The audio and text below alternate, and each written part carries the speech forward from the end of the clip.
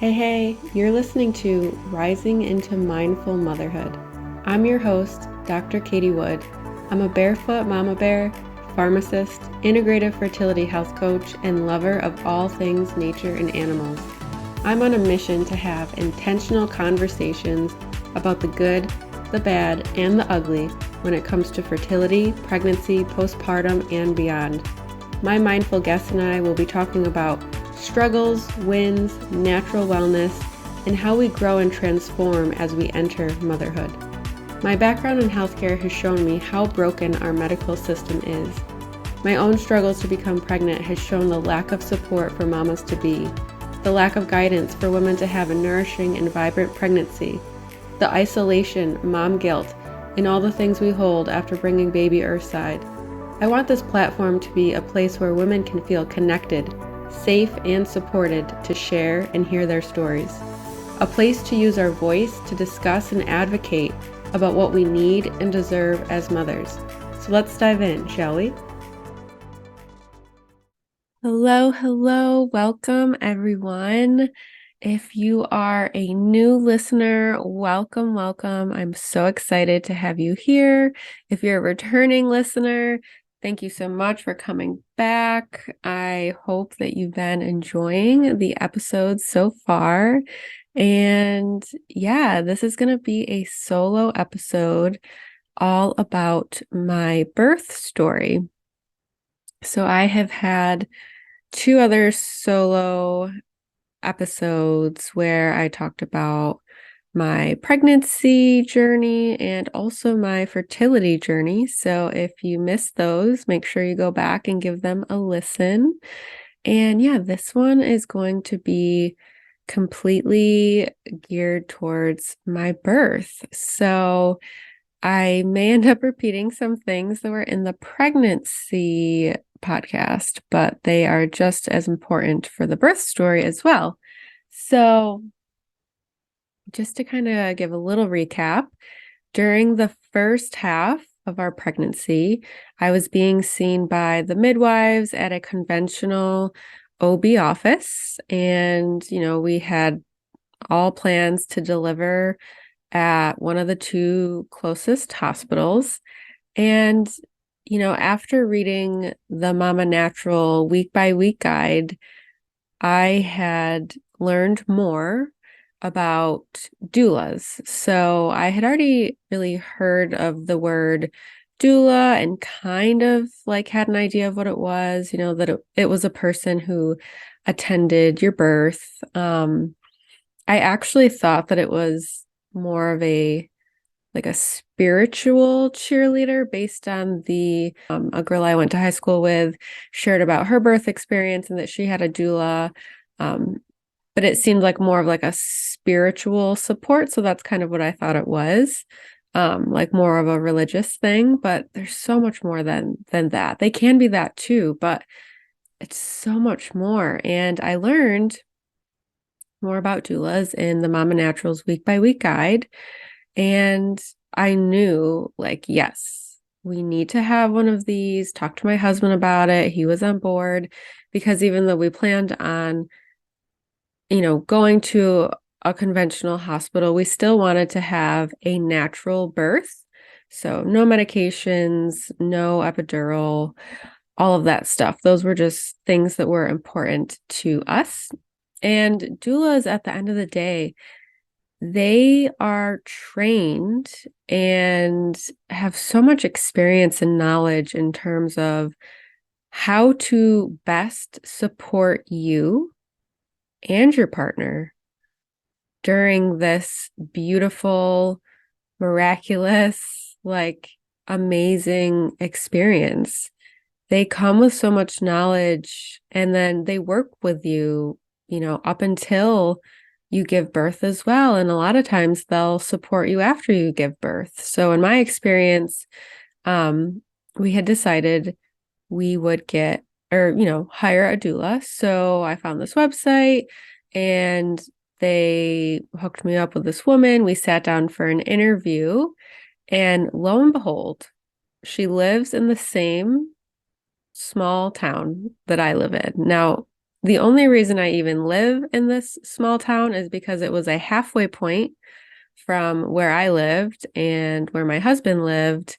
And also my stepson, we wanted to be near like his at that time his current school. So that is why I live in this very random small town. And the doula that we interviewed also lives in this town, completely blew me away.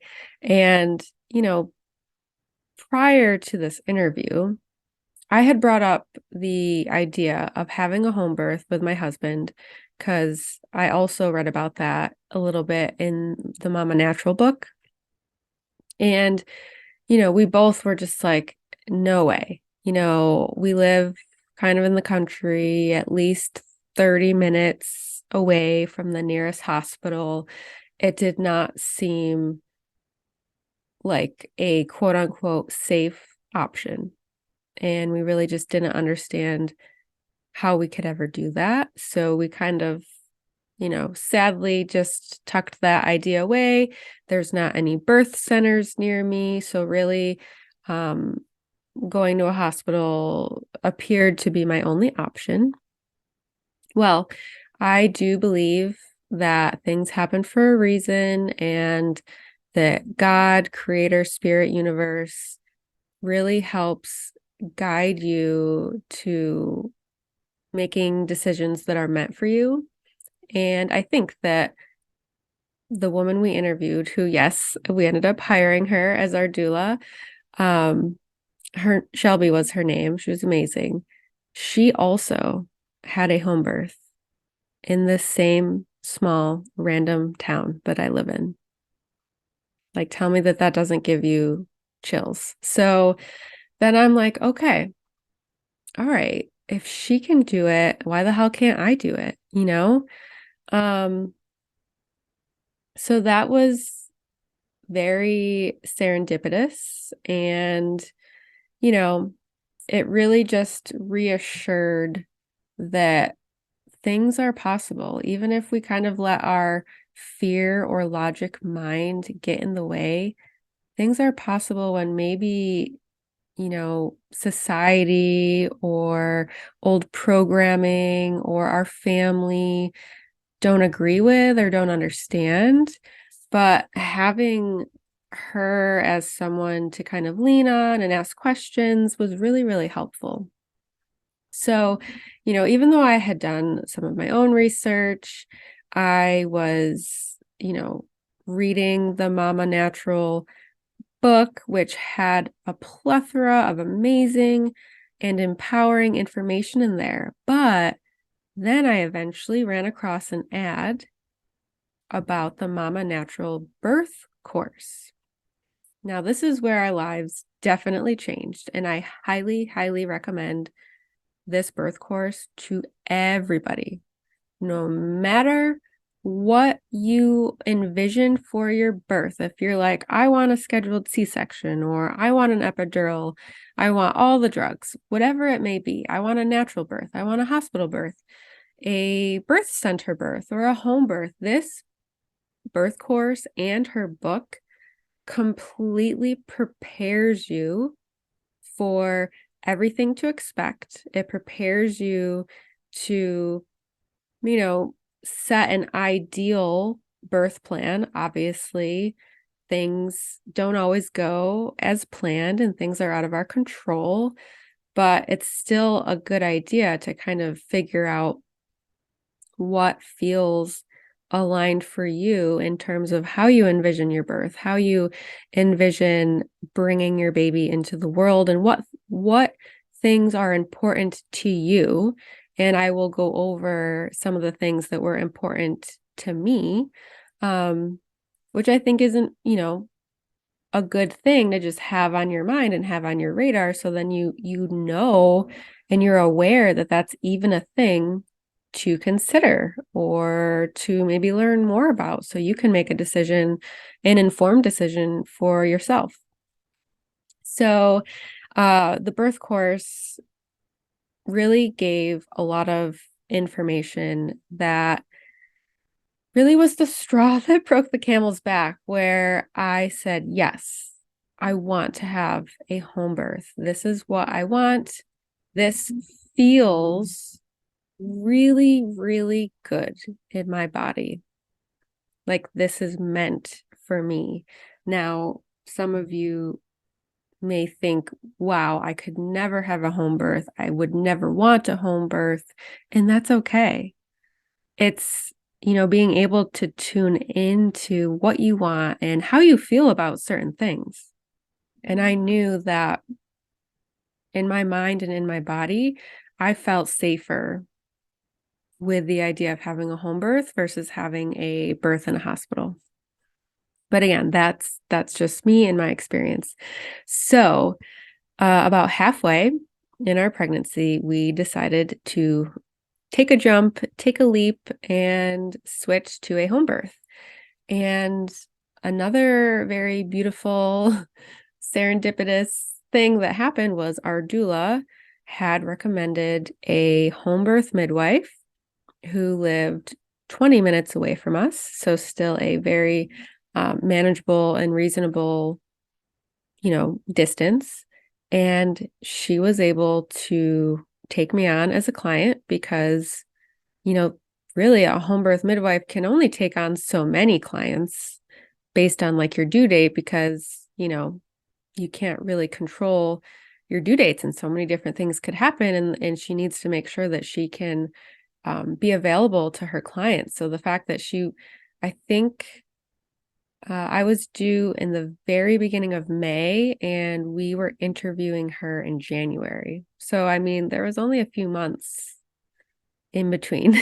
So, I went to that interview with my husband with at least 3 pages of detailed and in-depth questions. So, I want you to know that this decision to have a home birth was not made lightly. It was definitely not made on a whim. Like these were decisions that were built on.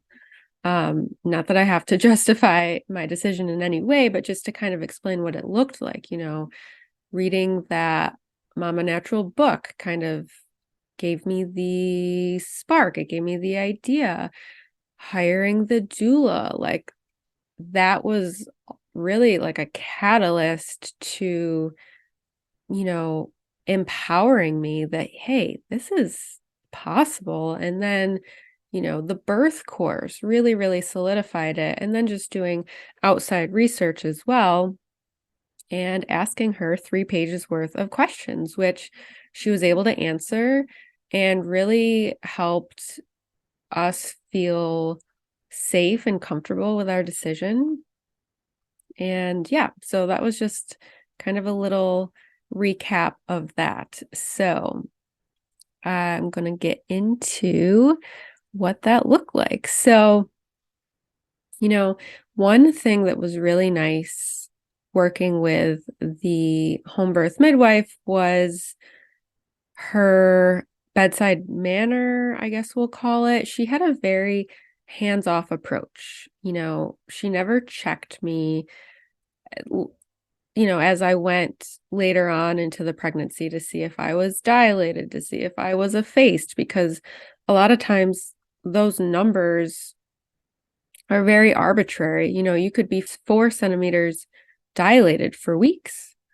I was really thankful for that after the fact because I think that those numbers and measurements can get in your head and can sometimes freak you out or stress you out or whatever it may be. So, there's a lot that you can do to really prepare your body for a healthy and happy birth. Like I said, things do not always go as planned. And even my birth, as we'll get into, didn't necessarily go as planned.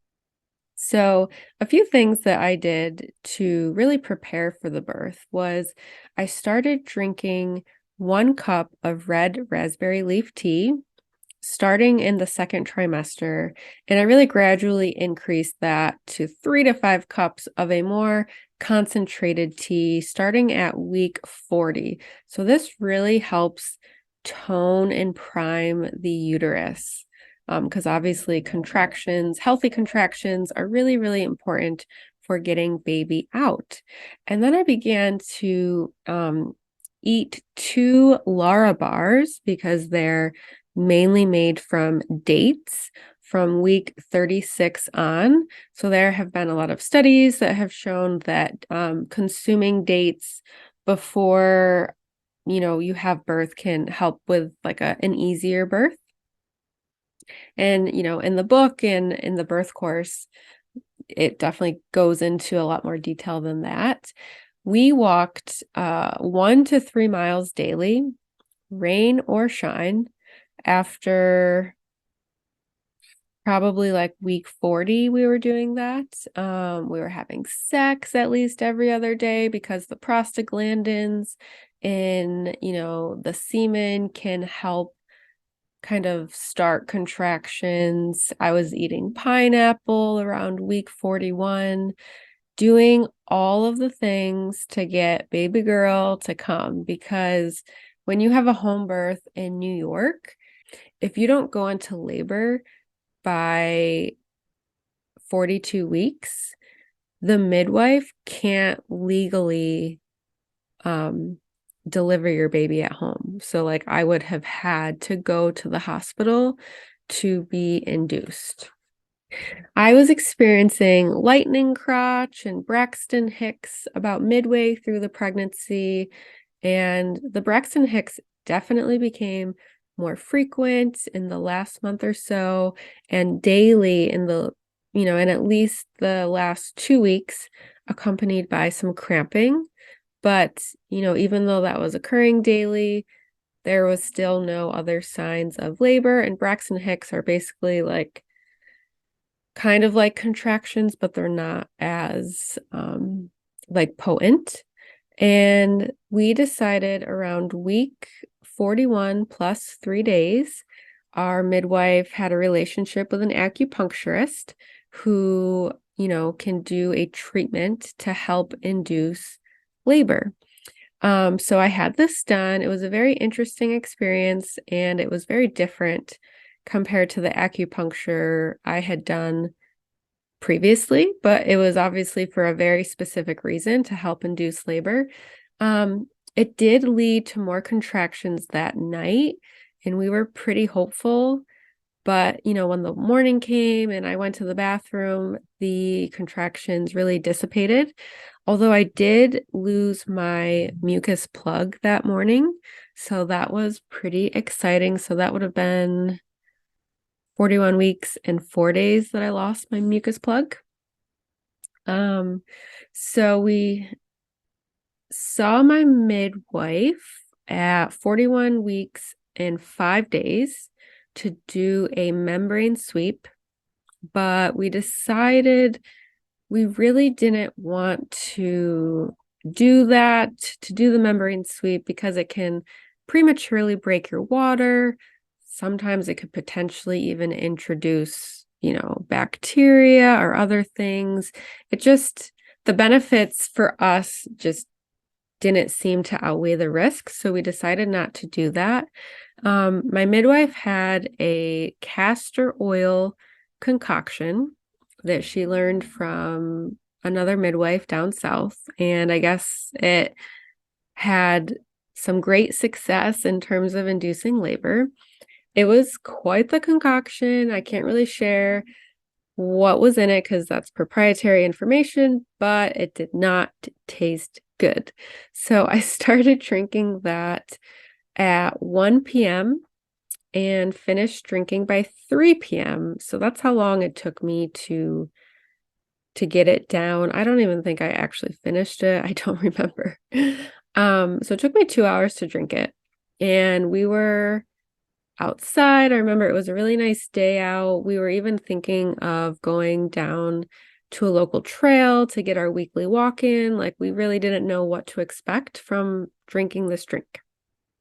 Well, at 3:45, I had bloody show and was very crampy. And if you're not familiar with what that really is just a sign that labor is coming or could be coming soon.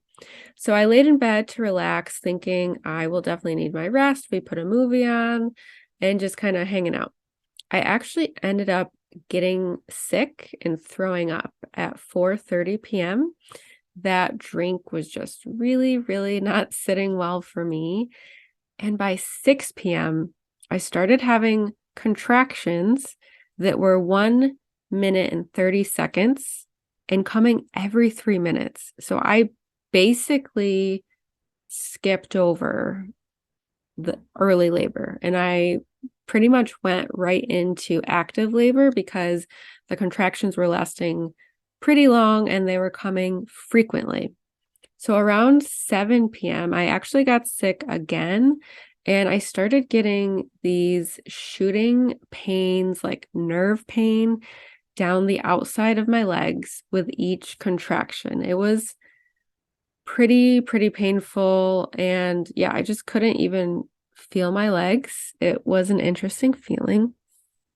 And the midwife was luckily less than 20 minutes away. My husband had called her and she was coming to check on me. And at around 9:30 p.m., my husband asked the doula to come over because my contractions were still, pretty frequent and I was in active labor.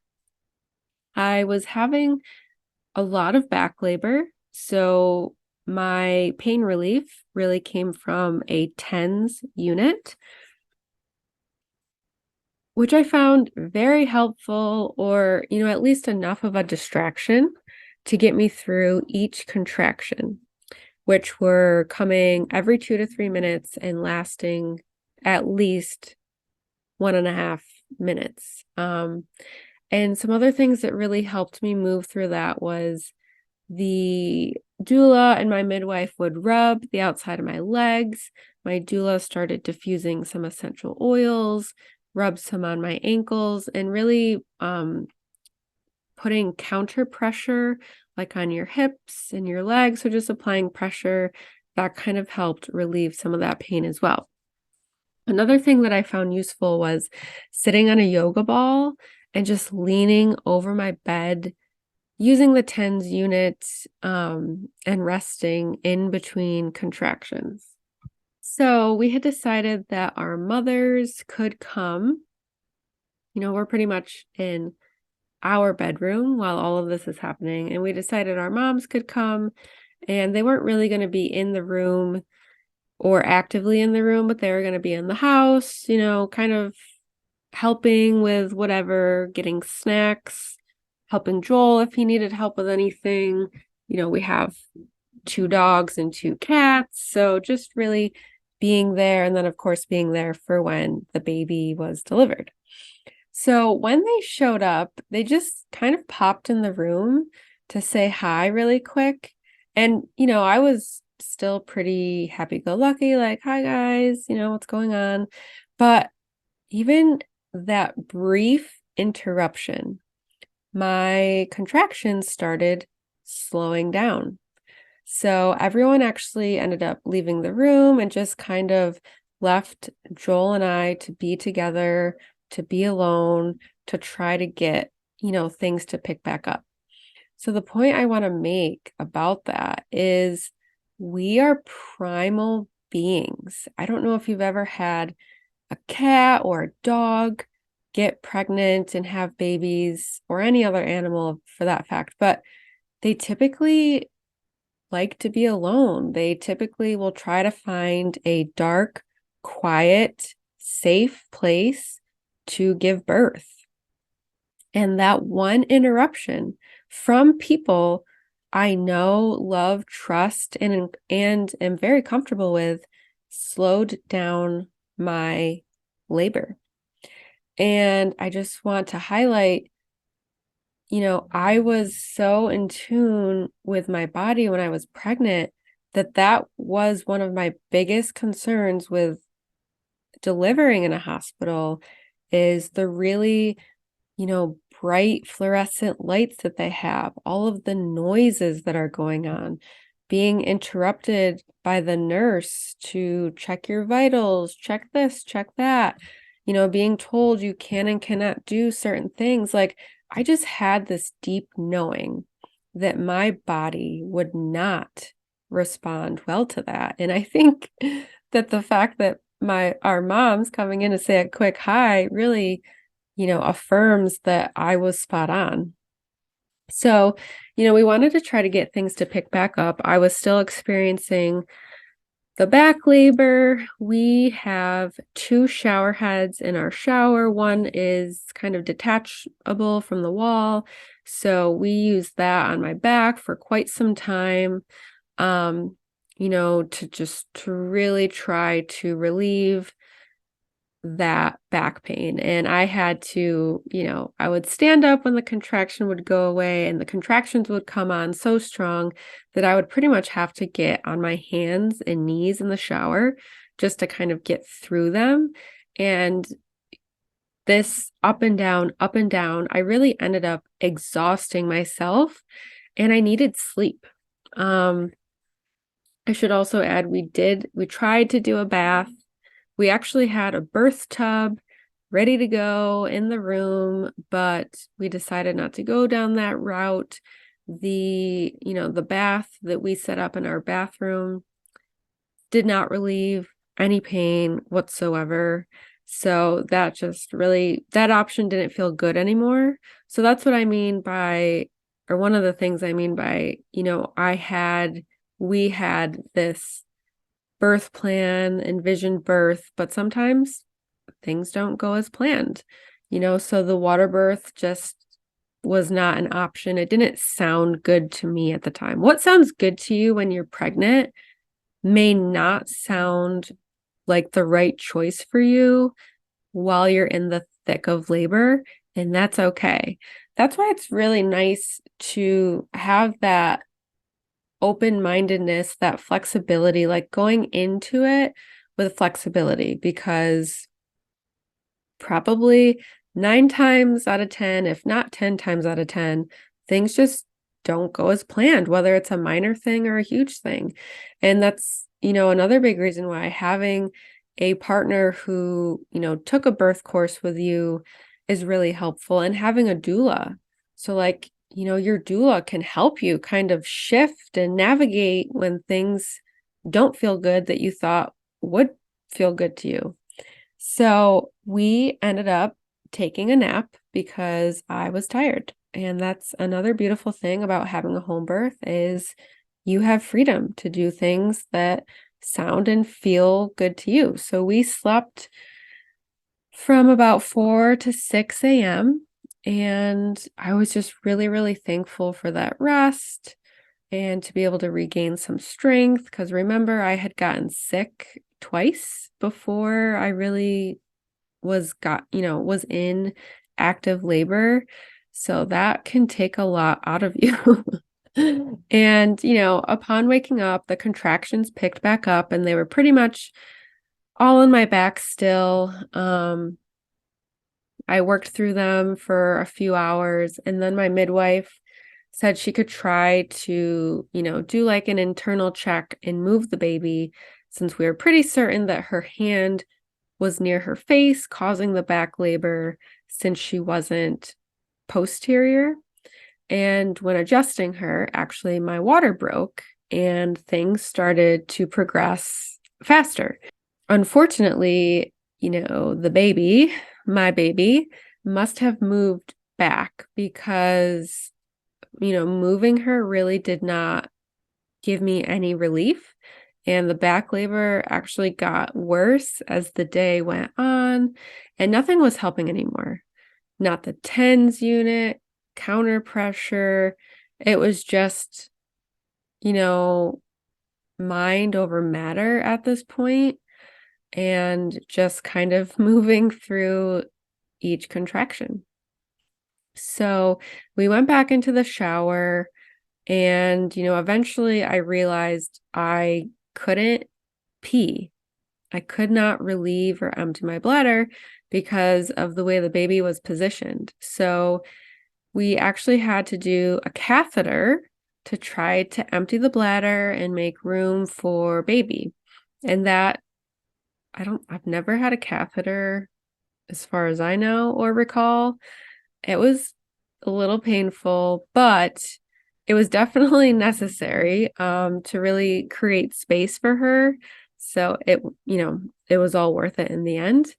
And sometime around 1 p.m., we decided to have the midwife do another internal check to try to move the baby, since the back labor was really, really starting to take its toll on me. Like, I remember just, being in my head, moving through each contraction, using my breath, focusing on the breath.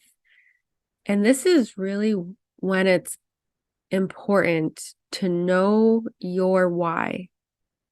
What was my why for wanting to have a home birth? What was my why for, not wanting to deliver in a hospital if I didn't have to? Of course, if my life or the baby's life was in danger, of course, we would happily go to the hospital. But that is not what was going on. It was having to learn how to kind of move through those contractions without allowing the contractions to, overtake my mind, really. So, yeah, that was definitely a test of my strength and my motivation and my determination. So, around 1 p.m., when she checked again, she said that the baby's head was in position and I could start pushing. Oh my gosh. Like, it felt like the best moment in my life, like such a relief. Yes, I could start pushing. This is the phase that we're in. I've made it so far. So we were about 20 hours in the labor at this point.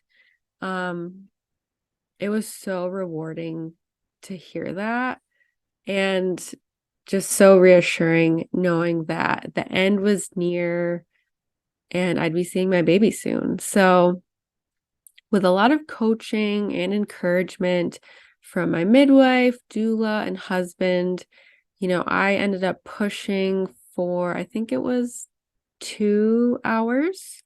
I was pretty exhausted at this point. I hadn't really eaten or held that much food down in the last 20 or so hours.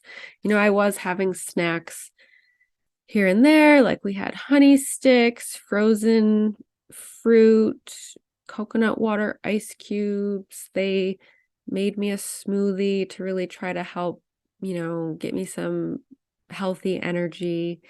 But yeah, I was exhausted. I'm not going to lie to you. It's hard work, and it's a test. It is a mental test, a physical test, a spiritual test. And that's why it's so important to have a team that you kind of acquire while you're pregnant. I mean, your partner's your partner. I would hope and pray that they're supportive and helpful, but your birth team is so important, and you get to choose your birth team. You do have that option. We got to choose our doula. We got to choose our midwife. So yeah, your birth team is so paramount to your birth. And at 3:21, I was able to pull baby, onto my stomach. I couldn't pull her all the way up to my chest because she had a shorter umbilical cord, but we were able to enjoy, all of the skin to skin, just completely in awe of what had just happened in less than 24 hours. Our baby was here. She was healthy. We were able to get our delayed cord clamping, which was super important to us. She latched on for nursing by 5 p.m. It was just a very relaxed, intimate, beautiful experience. Nothing was rushed. She wasn't taken away from me to go be cleaned or whatever. And I know this is not to discount or put shame on anyone who has had to go through their baby being taken away right away, because I know that that happens, and that has to happen for the safety of the baby. It had to happen to my nephew. So I know full well, I'm just blessed and grateful that we were able to have this joyous moment together without, her having to be pulled away. We opted not to do the eye ointment because that's really if mom has a vaginal infection like gonorrhea, which that was not a concern. Just so many things that we were able to choose and decide for ourselves as a family. So if you are new to birth, you also have to deliver the placenta after you deliver the baby, which I feel like they don't talk about that in movies or anywhere else really too much. So that was something that I learned in my research. But yes, you have to deliver the placenta. And I can't remember exactly how long after she was born. Maybe it was probably within an hour. But I had actually lost quite a bit of blood after I delivered the placenta, and I ended up needing a shot of Pitocin, which can kind of help with contractions to kind of help the uterus stop the bleeding. I had Cytotec rectally. I had some IV fluids. And really after that, I felt pretty good. I only had 2 very minimal lacerations that did not require stitches. So that was after going through the catheter and, delivery and needing that Cytotec rectally. I was super grateful for not needing stitches. And yeah, it was just a beautiful, beautiful experience. And it did test me so much that I don't know that traumatic is the right word, but it was a lot to process for me, like what had just happened in the last 24 hours. The back pain was pretty excruciating. I wasn't able to labor in the ways that I thought I would. I wasn't even able to deliver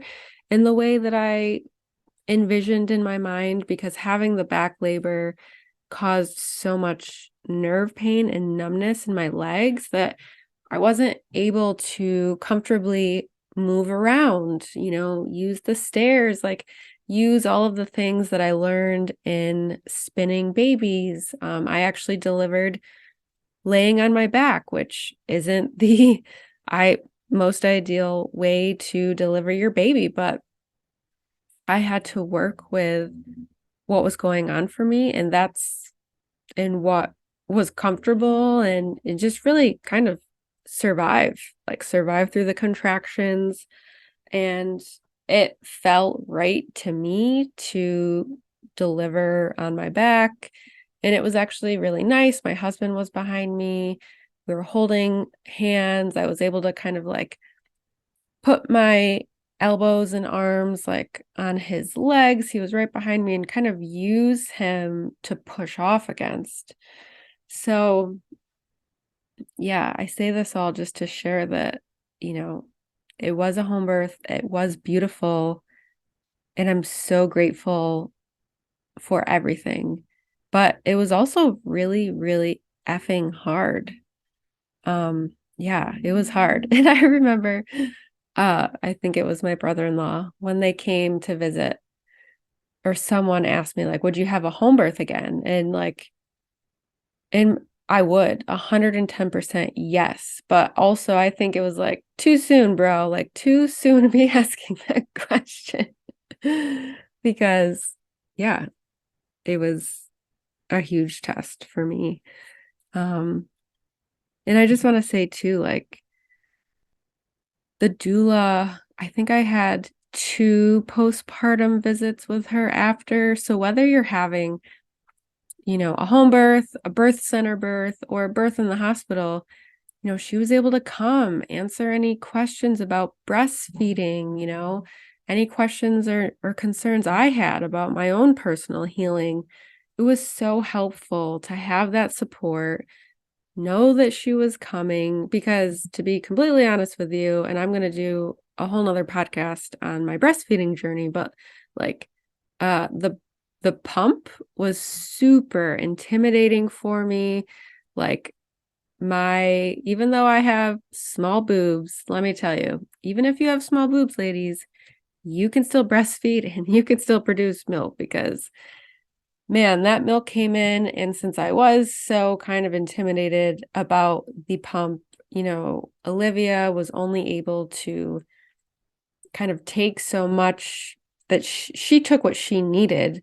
But like, had I felt more comfortable using that pump, I did not have to be so uncomfortable with my boobs being like hard as rocks. But that's why it's just really, really important to have that help, because she was able to, give me other ways that I can relieve the milk and really breastfeed her in the most optimal way, because we had our challenges. I mean, my boobs were so sore for the first 2 weeks that I thought to myself, I'm just going to be an exclusive pumper. Like, I'm going to pump and feed her, because the actual act of like nursing her on the boob was really challenging for the first couple weeks, which it typically is. So I just want you to know that it is.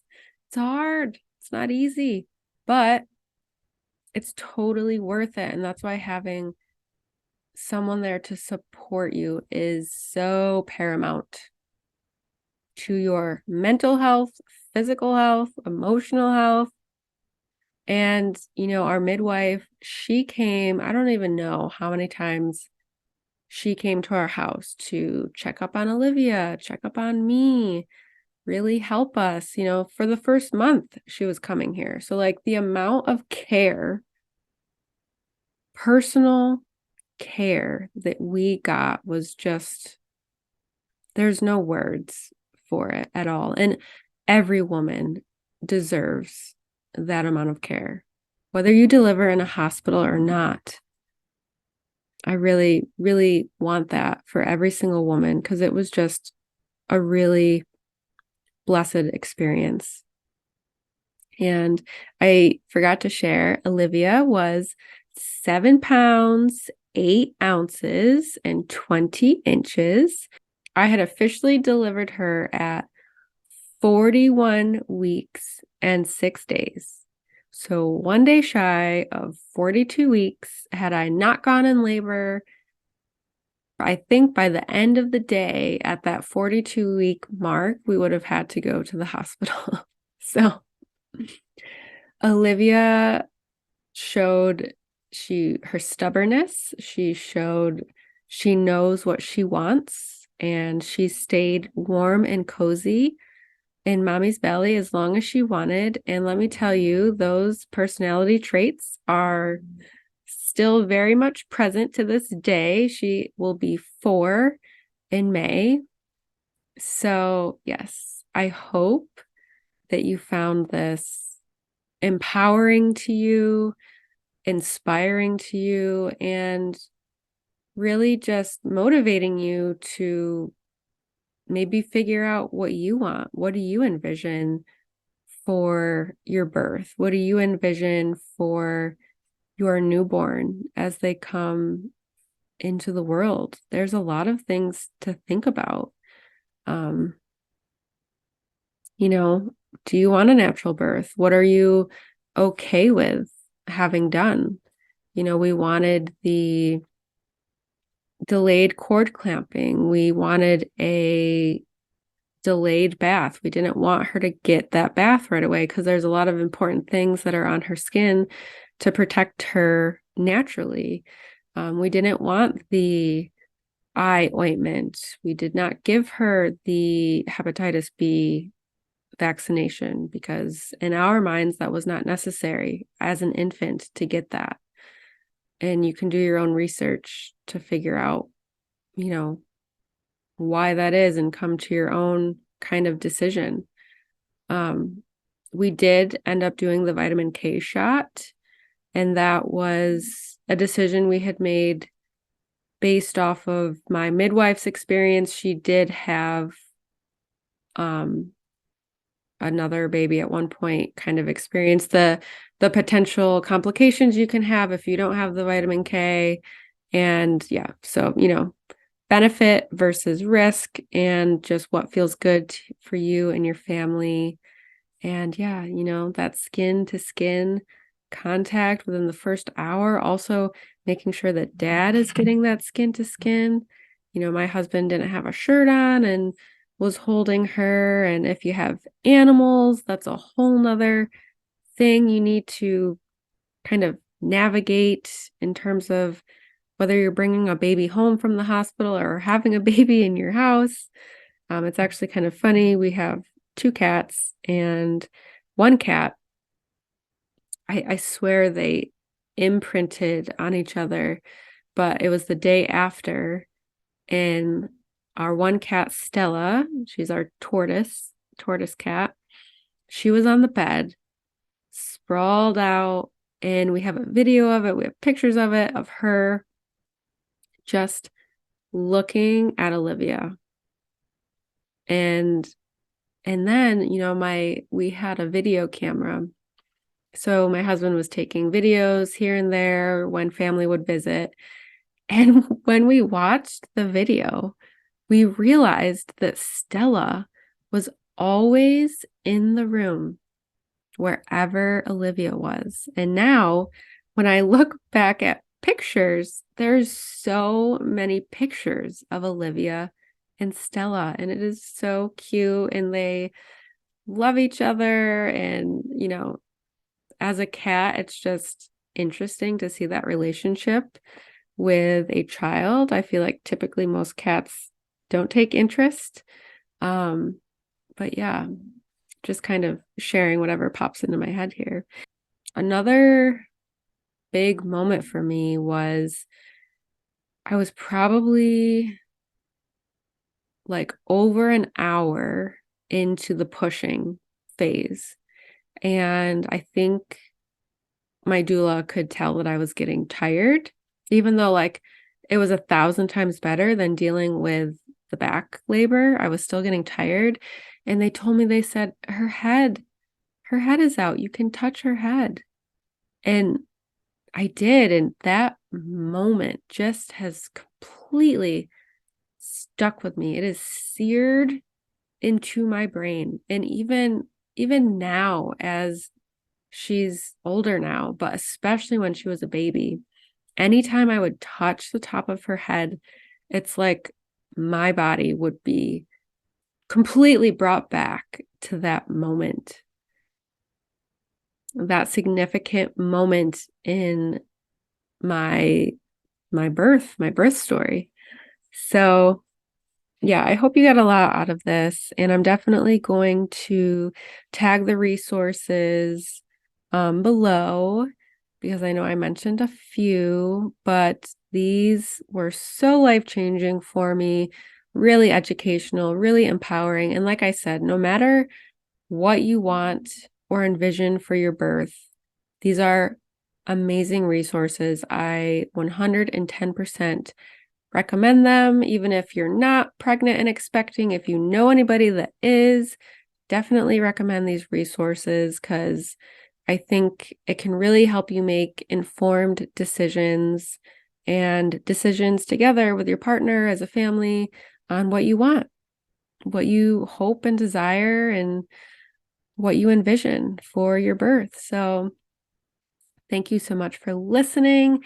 If this episode really resonated with you at all, if you could just take a very quick moment to leave a review or a rating so we can really help to get into other mamas' lives, because I know community and connection is so important, whether you're on your fertility journey, whether you're pregnant, whether you're a new mom, postpartum, fourth trimester, we all need connection and community. So thanks again for listening. I'll see you on the next episode.